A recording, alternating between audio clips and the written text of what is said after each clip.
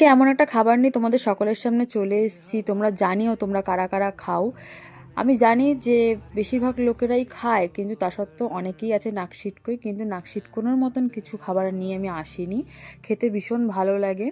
প্রথমেই ছিল মেথি শাক, যেটা মা বানিয়েছিল, খুব ভালো বানায়। মেথি একটা গন্ধ, ভালো গন্ধ। তো মেথি শাক দিয়ে প্রথমে আমি খাবারটা খেয়েছিলাম, ভাতটা মেখে, গরম ভাত।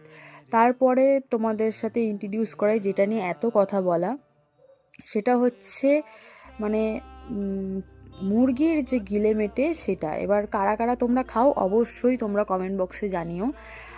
আমার খেতে বেশ লাগে। আমরা ছোটোবেলা থেকে এটা মানে গিলে মেটে ওরকমভাবে বলি না, কচকচি বলি, মানে জিনিসটা একটু চিউই। তো ছোটোবেলা থেকে মা বলে কচকচি খাবি, তো খেতে খুবই ভালো।